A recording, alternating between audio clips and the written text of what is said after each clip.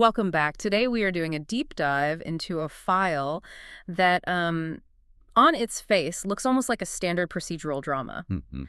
You have a missing person, a frantic spouse, a community search. It all feels very familiar. Right, the story we've heard before, or at least we think we have. Exactly. But when you actually start pulling at the loose threads of this case, the entire tapestry it unravels in a way that is profoundly unsettling. It really does. We aren't just looking at a crime today, we are looking at a masterclass in deception. It really is a case study in the construction of a false reality. We often talk about living a lie as, a metaphor. Sure, for someone in the wrong job or something. Exactly. The wrong career, the wrong relationship. But in the story we're covering today, the concept of living a lie is literal. It's about a man who built an entire existence, an academic career, a professional future, a social identity, out of absolutely nothing but air and confidence. We are talking about the 2004 murder of Lori Hacking in Salt Lake City, Utah. And I think for a lot of people, even if they don't know all the details, that name rings a bell. Oh, absolutely. It was a huge media story. It was one of those media storms that just took over the summer of 2004. But our mission today is to go way past the headlines. We want to understand the psychology of the imposter who perpetrated this, the incredible forensic effort to find the truth. I mean, literally digging through mountains of trash and the legal anomaly that almost let a murderer walk free in 6 years. And that legal aspect is something I really want to focus on later because it's rare that a single case exposes a flaw in a state's penal code so glaringly that the legislature has to convene just to fix it. Right. The Lori Hacking case isn't just a tragedy, it's a legal landmark in Utah history. So let's set the stage. To understand the horror of the ending, you really have to understand the perfection of the beginning. Or at least the appearance of perfection. Yes, exactly. The appearance. If you were looking at the Hacking couple in early 2004, you would have seen the quintessential American success story. On paper, they were flawless. Yeah. You have Mark Hacking and Lori Soares. They were high school sweethearts, which already gives them this, this aura of destiny. Like they were meant to be. They met at Orem High School, just south of Salt Lake City. They married in August of 1999. So by the summer of 2004, they're young, they're beautiful, religious, and very upwardly mobile. And when we say religious, that is a significant cultural context here, isn't it? It's huge. Lori's background is fascinating. She was the adopted daughter of Thelma and Geraldo Soares. Geraldo was a native of Brazil from Piracicaba and was a Portuguese and Spanish teacher. Our parents actually met while serving as missionaries for the Church of Jesus Christ of Latter-day Saints in Rio de Janeiro. And that missionary background is key because it establishes the values Lori was raised with. You're talking about service, faith, community, and maybe most importantly here, trust. A deep sense of trust. A very deep sense of trust. The Soares family eventually moved to Orem, Utah, and Lori grew up in that tight-knit LDS environment.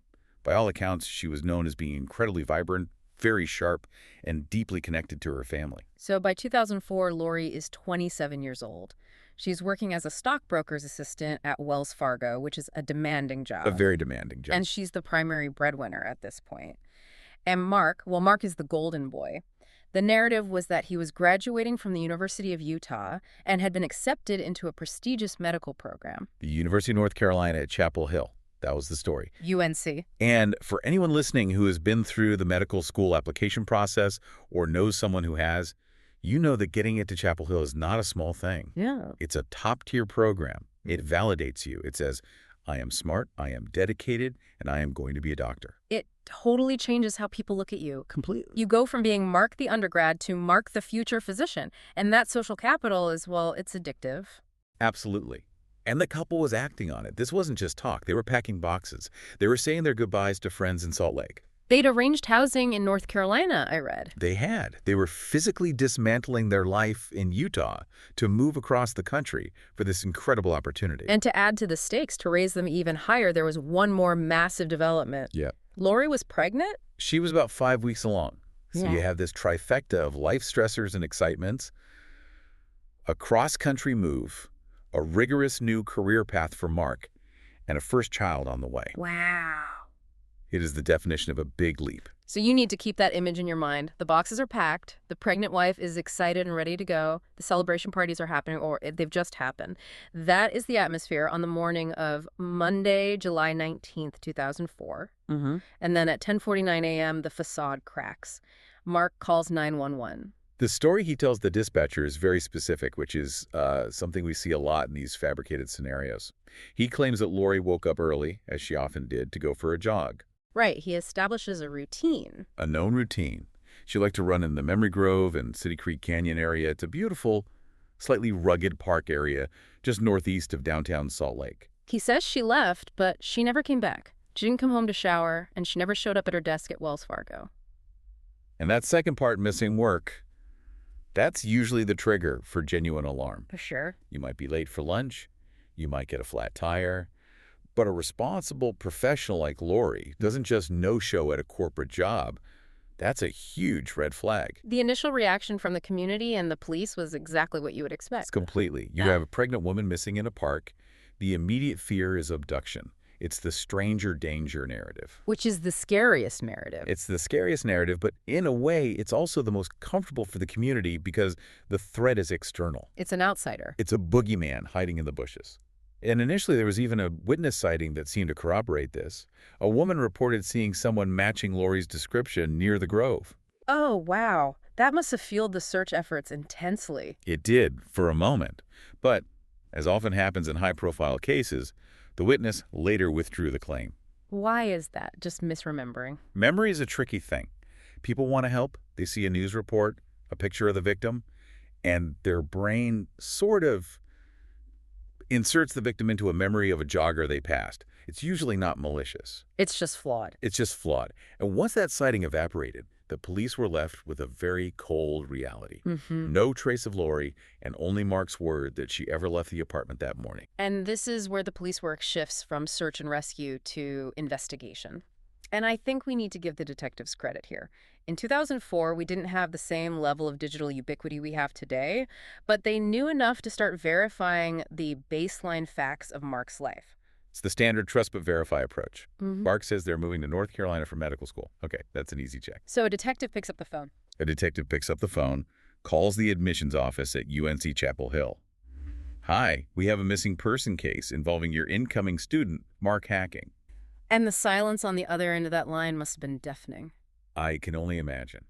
There was no record. And I don't mean there was a clerical error or a misspelled name. I mean, Mark Hacking had never applied. He wasn't accepted. He wasn't on a wait list. He was a complete ghost to that university. Wow. Imagine the detective hanging up that phone. That is the moment the world tilts on its axis for this case. It's the moment it stops being a missing person case and starts being something else entirely. Because if he isn't going to medical school, why are they packing? Why are they moving? And then they decide to pull the thread further. They call the University of Utah, where he supposedly just graduated from. Same result. Mark Hacking had been enrolled at one point, yes. Okay, so there was some truth there. A kernel of truth. But he hadn't graduated. He hadn't even completed his undergraduate coursework. He was a dropout. This is what I meant by the imposter psychology earlier. This wasn't a small lie, like, bumping your GPA from a 2.8 to a 3.0 on a resume. No, this is a total fabrication of a life. Had he been pretending to go to class for years? Did he buy textbooks? Did he, study for tests that didn't exist? Based on similar cases and accounts from this one, yes. The deception is usually active. It has to be. You leave the house with your backpack every day. Do you go to the library? You go to the library. You complain about your professors. You fabricate papers to show your spouse. It becomes a full-time job just to maintain the fiction. It sounds exhausting. It's incredibly draining. But here's the problem with a lie like, I got into medical school. It has a hard expiration date. The move date. Exactly, the move date. Yeah. You can fake a transcript. You can fake an acceptance letter on Photoshop. But you cannot fake showing up at a medical school orientation in a different state where you are not enrolled. The moving trucks were literally coming. Mark had run out of runway. He was out of runway, out of altitude, and the ground was coming up fast. And the pressure of that ticking clock seems to have broken him, or at least it caused him to act out in a very, very bizarre way. Just shortly after reporting her missing, while the search is ramping up, Mark is found doing something unexpected. He was found running naked. Completely naked, through the streets near a motel where he'd stayed for a night. Okay. So I have to ask, Was this a genuine psychotic break induced by the stress of his two worlds colliding? Or was this a calculated move to set up an insanity defense down the road? And that is the subject of so much debate. On one hand, the stress he was under self-imposed but real was immense. Unimaginable. His entire identity was about to be destroyed. That can cause a dissociation, the genuine break from reality. On the other hand, the timing is incredibly convenient, isn't it? It's very convenient. If you want people to think this guy is crazy, not criminal, running naked down the street is a pretty good billboard for that. He was taken to the hospital for a mental evaluation, and this is where the calculated theory gets some weight, I think. It really does. Because while he is in the psych ward, supposedly having this total breakdown, he makes a phone call. Not to a doctor, not to a priest, but to a lawyer. And not just any lawyer. Yeah. Not a public defender. He retains D. Gilbert Athay. This is a high-powered, prominent defense attorney in Salt Lake City. That shows a level of executive functioning and foresight It does. that doesn't really jibe with a man who is so detached from reality that he's running naked in traffic. And it doesn't. It signals that he knows the legal storm is coming and he is battening down the hatches. So Mark is in the hospital. The police know he's a liar. They know the medical school story is bog standard fiction. But they still don't have Lori. They don't have a body, and they don't have a murder weapon. They don't. They just have a missing woman and a husband who has lied about everything. But they soon found the catalyst, the thing that pushed it all over the edge. Investigators searching the apartment found a letter. It was written by Lori on July 18th, the night before she disappeared. The night of the 18th. So this is the smoking gun regarding motive. It is. The letter revealed that Lori had found out. We don't know exactly how. Maybe she made a call to the school herself, or found a piece of paper he forgot to shred, but she knew. She knew everything. The note indicated she discovered that virtually everything Mark had told her about his education and their future was a lie. And she wasn't just disappointed, she was done. She was done. She gave an ultimatum. She was planning to leave him. She was going to take the baby and go. Wow. This changes the profile of the crime entirely. This wasn't a sudden argument that got out of hand in the kitchen. No, not at all. This was annihilation of the witness. Precisely. This is about shame. Pathological narcissism often operates on a shame avoidance mechanism. Mark Hacking had built this golden image of himself. The future doctor. The future doctor, the brilliant husband. If Lori leaves him, she exposes him. She tells his parents, her parents, their friends, the neighbors. Everyone finds out he's a fraud. And he can't handle that. In his warped logic, the only way to preserve the lie, or at least to stop the public exposure, was to silence the one person who knew the truth. It is just terrifying to think that someone would choose murder over embarrassment, over divorce. It's the ultimate act of ego preservation. So the police have the motive, they have the lies, but the breakthrough doesn't come from an interrogation room. It doesn't come from forensics, not yet. No, it comes from family. Mark is still in the hospital, and his brothers, Scott and Lance, go to see him on July 24. And you have to feel for Scott and Lance here. This is an impossible position. Absolutely. They're watching their brother, who they love, in a psychiatric ward, Yeah. while their sister-in-law, who they also love, is missing. They must have sensed the darkness closing in. They pressed him for the truth. And he told them. He confessed. He broke down and told his brothers, I killed her. What an impossible burden to place on your siblings, but credit to them, they did the right thing. They did. They took that information to the authorities, and the details Mark gave, they were just cold. This wasn't a crime of passion. This wasn't a fight in the kitchen. No. No. According to the confession, which later matched the forensic evidence perfectly, Lori was asleep. She was in bed. She never even saw it coming. Never. Yeah. Mark took a .22 caliber rifle and shot her in the head while she slept. It was an execution. And then, what did he do then? He wrapped her body in a rug or a piece of carpet, Mm-hmm. and then he treated her like refuse. He put her body in a dumpster. A dumpster. Not a hidden grave in the mountains, not a deep lake. A dumpster. It's so disposable. It's practical. In a horrific way. He knew the trash schedule. He knew it would be taken away, mixed in with everything else. And that decision to put her in the municipal waste stream led to one of the most grueling, difficult search efforts in the history of the state. I want to spend some time on this because searching a landfill is a phrase we hear a lot in true crime, but I don't think people grasp the sheer logistical nightmare of it. No, they don't. We aren't talking about poking around a few garbage cans. Not at all. We are talking about the Salt Lake County landfill. It is massive. Thousands of tons of waste arrive there every single day. By the time the police realized where she likely was, the trash from that dumpster had already been collected, compacted, and buried under other layers of trash. So how do you even start? It sounds impossible. It's a feat of engineering and forensics. First, they had to track the specific garbage truck that serviced the dumpster at the Hacking apartment complex. Right. Then they had to look at the driver's logs to see where that truck dumped its load in the landfill on that specific day. So they narrow it down to a cell or a section of the landfill. Right, but a cell can still be the size of a football field and 20, 30 feet deep with compacted garbage. Unbelievable. So they had to bring in heavy machinery excavators and bulldozers to carefully peel back layers of compacted trash. Then you have teams of searchers, police, volunteers, cadaver dogs working on a grid system. And the conditions. I mean, it's summer in Utah. It's hot. It's July, August, September. It is sweltering heat. The smell is indescribable. You have methane gas pockets, rotting food, hazardous materials. The searchers had to wear full protective suits and respirators, And they're doing this by hand. raking through this debris by hand, looking for anything. A bone, a piece of clothing, or specifically that carpet he described. They search for months. For months, Yeah. night and day. It went on for weeks, then it turned into months.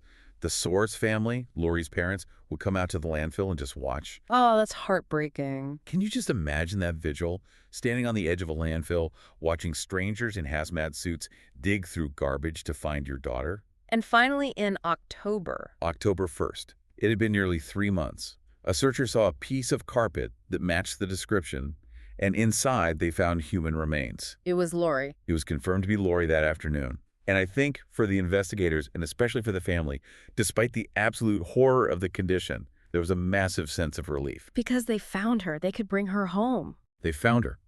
And because without the body, Mark's defense team could have tried to cast doubt, create some alternate theory. With the body and the bullet wound, the story was undeniable. So Mark is arrested. He's charged with first-degree murder, and now we enter the legal phase of this. And this is where the story takes a turn that outraged the entire state of Utah. It sure did. Initially, Mark pleads not guilty, which is pretty standard legal posture. Right, buying time. But eventually, in April 2005, he changes his plea. He pleads guilty to first-degree murder. The prosecutor drops some other lesser charges in exchange for the plea to the main count. So he's convicted, done deal, lock him up. But then the sentence comes down from the judge, 6 years to life. And the public hears that headline, reads it in the Salt Lake Tribune, and goes absolutely ballistic. I would too. 6 years. He killed his pregnant wife, lied about it, and put her in a dumpster, and he might get out in 6 years. That was the reaction everywhere. People were terrified he'd be out by 2011. But this requires a deep dive into Utah's specific legal code at the time. It was something called indeterminate sentencing. Okay, explain that. What is indeterminate sentencing? It's a system that was actually designed with rehabilitation in mind, believe it or not. The idea is that a judge sitting on a bench shouldn't arbitrarily guess when a person is cured of their criminal tendencies. Okay. So the judge sets a statutory range, a minimum and a maximum. In this case, life is the maximum. The Board of Pardons and Parole then monitors the inmate over the years and decides when or if they are actually fit for release. So the judge's hands were tied by the statute. He couldn't just say 30 years. Correct. The statute for first-degree murder in Utah at the time carried a minimum term of 5 years. 5 years for murder. 5 years. And because Mark used a firearm, there was a 1-year enhancement. So 5 + 1 = 6. That was the mandatory minimum the judge had to impose. But 6 years to life implies that after 6 years, he is eligible for a parole hearing. Theoretically, yes. And that theory is what caused the public panic. In a truth-in-sentencing state, you might get a sentence of 25 years without parole, and everyone knows what that means. It's clear. In Utah, the sentence sounded incredibly weak. It sounded like a slap on the wrist for a monstrous act. But in practice, does anyone actually get out in 6 years for first-degree murder? Almost never. The average time served was usually between 18 and 35 years, depending on the case. But the perception mattered more than the practice. Of course. The victim's family felt insulted. The public felt unsafe. It highlighted this huge disconnect between the legal theory of rehabilitation and the community's desire for retribution and safety. So the Board of Pardons and Parole had to step in to calm everyone down. They did, and they did it quickly. Usually these decisions about when a first hearing will be happen much later, But the board acted just a month later, in July 2005. They issued a ruling stating that Mark Hacking would not even be considered for a parole hearing until August 2035. So they essentially said, ignore the 6 years part of that sentence. He's doing 30 years, minimum. Exactly.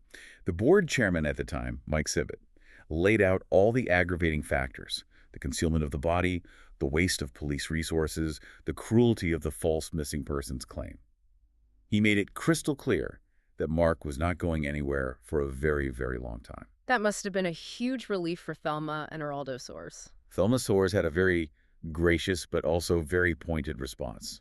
She said the decision lifted a great burden, but she also called the 6-year statutory minimum an insult. And she was right. She was.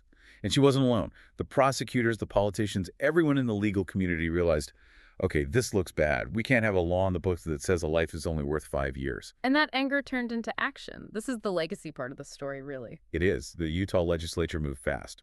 In March of 2006, Governor John Huntsman signed House Bill 102. It became colloquially known as Lori's Law. And what did it change? What does Lori's Law do? It raised the minimum indeterminate sentence for first-degree murder from 5 years to 15 years. So now, the sentence a judge hands down is 15 to life. That sounds much more appropriate. It's still indeterminate, so the parole board still has the final say, but the floor is much, much higher. It ensures that no future victim's family has to sit in a courtroom and hear the words 5 years for the murder of their loved one. It's a tangible legacy. But there was another, more personal erasure that happened, and this is one of the most poignant details of the whole case for me. It happened at the cemetery. At the Orem City Cemetery. Yeah. Initially, Lori was buried, and her headstone read, Lori Soares Hacking. But as the full scope of Mark's betrayal sank in, not just the murder, but the disposal of her body, the years of lies, the manipulation, the Soares family decided they couldn't have his name resting on top of hers for eternity. It felt wrong, a violation. So they changed it. They removed Hacking. Thelma Soares said something so simple and devastating. She said Mark obviously didn't want her anymore. So they replaced his name with a Portuguese word, filhinha. Filhinha. It sounds beautiful. What does it mean? It translates to little daughter. It was a way of taking her back. They reclaimed her from the marriage, reclaimed her from the man who killed her, and returned her to her core identity as their child, little daughter. That's it. It reminds us that before she was a wife or a victim, she was a beloved daughter. That is incredibly moving. It's a restoration of dignity. It is. Now, we need to wrap up with Mark. He's in prison. He's facing a long stretch. But he didn't exactly go quietly into the night. At his sentencing, he tried to offer an apology. His father read a statement for him. And in it, Mark wrote this line that has been quoted endlessly since. He said, "There is no such thing as a harmless lie." There is no such thing as a harmless lie. Coming from him, that's something. He went on to say that he was in torment and that he wanted to spare others from his mistakes. And, for a moment, it sounded like genuine remorse. It sounded like he had learned the hard lesson that deception destroys everything. Then came the murder auction. Yeah. This really undercuts the whole remorseful sinner act. About a year later, in June of 2006, prison officials discovered that Mark was coordinating with a third party to sell items on a website called Murder Auction. I hate that such a thing exists, but tell us what he was selling. He was selling his autograph. He was selling tracings of his hand. He was filling out prison questionnaires about his life and his crime and selling them as collectibles. He was actively participating in the murderabilia market. That is the behavior of a narcissist. Yeah. He's not sitting in his cell reflecting on the harmless lie. He's signing autographs for fans of his crime. Exactly. It shows that the craving for attention for status, which is what drove the medical school lie in the first place, was still there. It hadn't gone away. He just pivoted from wanting to be a famous doctor to being a famous murderer. It's all about ego. It's all about ego. So Mark sits in the Central Utah Correctional Facility in Gunnison. He's inmate number 167809, and he's waiting for 2035. But Lori is gone, and the law has changed. That's the summary. A life lost, a family shattered, a law rewritten, and a man locked away with his own infamy. When we step back and look at this deep dive, it's easy to focus on the murder itself. But the murder was just the final act of a much longer tragedy. That's a great way to put it. The real tragedy was the deception, the years of it. It's the talented Mr. Ripley effect, isn't it? Mark Hacking wanted the applause without the work. He wanted the prestige of being a doctor without the grueling years of study, the exams, the debt. And he was willing to fake it. And we as a society are generally trusting. If someone tells you, I'm a doctor, or I went to Harvard, or I'm a Navy SEAL, your first instinct isn't to say, show me the paperwork. No, because social lubrication depends on a baseline of trust. If we verified everything everyone said, society would grind to a halt. Lori didn't do anything wrong by trusting her husband. That is what marriage is. You are supposed to believe your partner. But that's what makes this case stick with you. It's so unsettling because it forces you to look at the people around you, your neighbors, your coworkers, maybe even people closer, and wonder, how much of what they tell me is real? And how far will they go to keep me from finding out it's not? That is the question we leave you with today. How many perfect lives are just one exposed lie away from total collapse? Thanks for listening to this deep dive.